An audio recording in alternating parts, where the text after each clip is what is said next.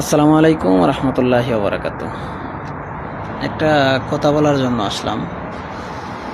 গ্রাম্য ভাষায় যেভাবে বলে কথাটা, যে কার কাটালে খাসলা মাগি লাং চিনস না।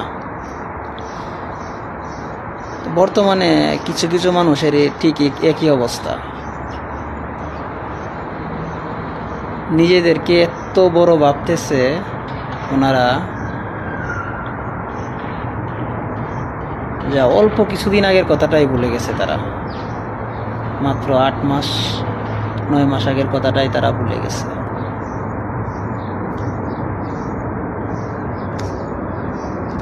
এত দ্রুত যদি তাদের প্রতিদানের কথা ভুলে যায়, তাহলে তারা আমাদেরকে প্রতিশ্রুতি দিয়ে ভবিষ্যতে কি করবে, সেই প্রতিশ্রুতি কি তারা রাখবে? আমার মনে হয় না রাখবে তারা। আপনাদের কি মনে হয়?